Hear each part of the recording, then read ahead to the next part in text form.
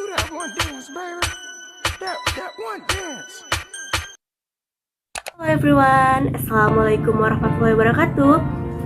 Perkenalkan, saya Nur Afrina Sapitri, NIM 0501193205 dari Universitas Islam Negeri Sumatera Utara, jurusan Ekonomi Islam. Nah, di sini saya akan menjelaskan tentang rantai pemasaran dan bagaimana proses rantai pemasaran pada hasil pertanian ubi kayu di daerah tempat tinggal saya.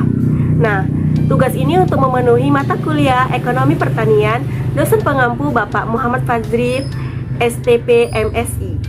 Mohon disimak ya videonya.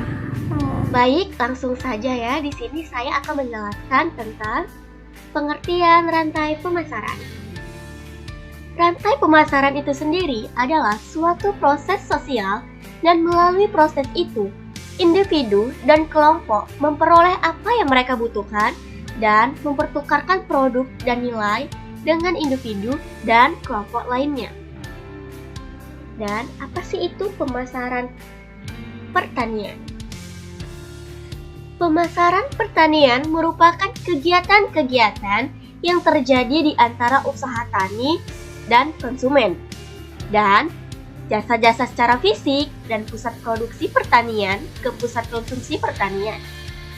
Tata niaga merupakan salah satu cabang aspek pemasaran yang menekankan bagaimana suatu produksi sampai ke tangan konsumen atau distribusi. Lalu, ada beberapa komponen rantai pemasaran. Yang pertama ada produk, yaitu berupa semua yang dihasilkan oleh produksi pertanian.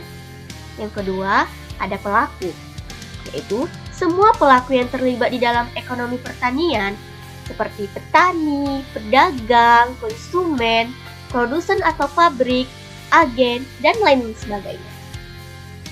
Yang ketiga itu kegiatan, yaitu seperti produksi, pengumpul, pengangkut, sortasi, penggolongan, pengolahan, pengemasan, dan lain sebagainya. Serta yang terakhir itu ada input, yaitu berupa pekerja, informasi, pengetahuan, keterampilan, dan modal. Lanjut. Nah, di sini mengapa pemasaran itu penting bagi pertanian? Kenapa ya? Ternyata karena pemasaran menjadi salah satu elemen yang sangat penting untuk menunjang suatu keberhasilan dalam menjalankan usaha tani. Dengan menerapkan strategi pemasaran yang baik, maka usaha tani akan dapat menghasilkan pemasukan atau mendapatkan sesuai dengan keinginan petani.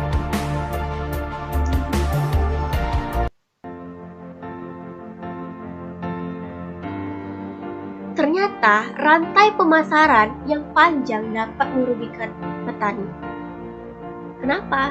Mari kita simak bersama ya. Yang pertama, pasar yang tidak bekerja dengan sempurna.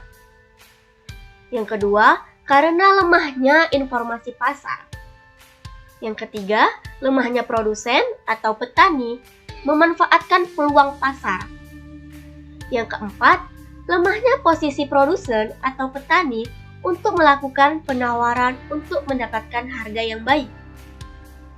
Dan yang kelima atau yang terakhir, produsen atau petani melakukan usaha tani tidak berdasarkan pada permintaan pasar, melainkan karena usaha tani yang diusahakan secara turun-menurun. Nah, sampai di situ yang saya jelaskan. Selanjutnya saya akan membandingkan bagaimana sih rantai pemasaran pertanian di daerah saya dengan studi kasus yang saya ambil dari artikel jurnal. Seperti yang kalian lihat bahwa di daerah rumah saya banyak tanaman ubi kayu. Di sini saya mengambil rantai pemasaran ubi kayu atau monihot utrisima di desa saya, yaitu Desa Sukasari, Kecamatan Pegajahan, Kabupaten Sedang Bedagai pada tahun 2022. Nah, di sini ternyata rantai pemasaran ubi kayunya pertama dari petani produsen, yaitu orang yang melakukan produksi ubi kayu. Lalu rantai pemasarannya ke pedagang pengumpul, yaitu orang yang membeli produk dari petani produsen untuk dijual kembali. yang melakukan kegiatan pengangkutan. Selanjutnya, ke konsumen industri, yaitu orang yang membeli ubi kayu yang dikonsumsi atau dijual lagi setelah diolah. Nah, jadi bagaimana sih perbandingan dengan studi kasus yang saya ambil? Nah, lanjut ya. Saya mengambil analisis margin pemasaran ubi kayu atau manufaktur dari studi kasus di Desa Margajaya, Kecamatan Pamarikan, Kabupaten Ciamis. Nah, penulisnya itu ada Neni Nirwana, Dini Rohdiani, dan Sudrajat. Diterbitkan dalam Jurnal Ilmiah Mahasiswa Agroinfo Galuh pada volume 4 nomor 1 pada September 2017. Ternyata di jurnal ini hanya satu saluran pemasaran ubi kayu, yaitu dari petani produsen yang ada di Desa Margajaya sampai ke konsumen, yaitu berawal dari petani, pedagang pengumpul, serta konsumen industri.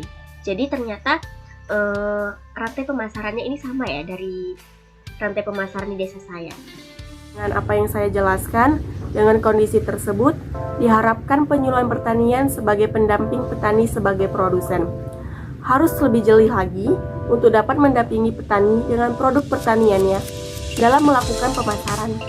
Karena saat ini, pertanian bukan hanya produktivitas saja, tetapi satu kesatuan dari hulu ke hilir, dari budaya yang juga sampai dengan pemasaran. Nilai jual yang memadai untuk produk pertanian secara langsung akan berakibat pada nilai masyarakat pada pertanian, sehingga dengan sendirinya meningkatkan produksi pertanian menjadi tujuan bagi produsen. Sekian dari apa yang saya jelaskan, semoga bermanfaat. Assalamualaikum warahmatullahi wabarakatuh.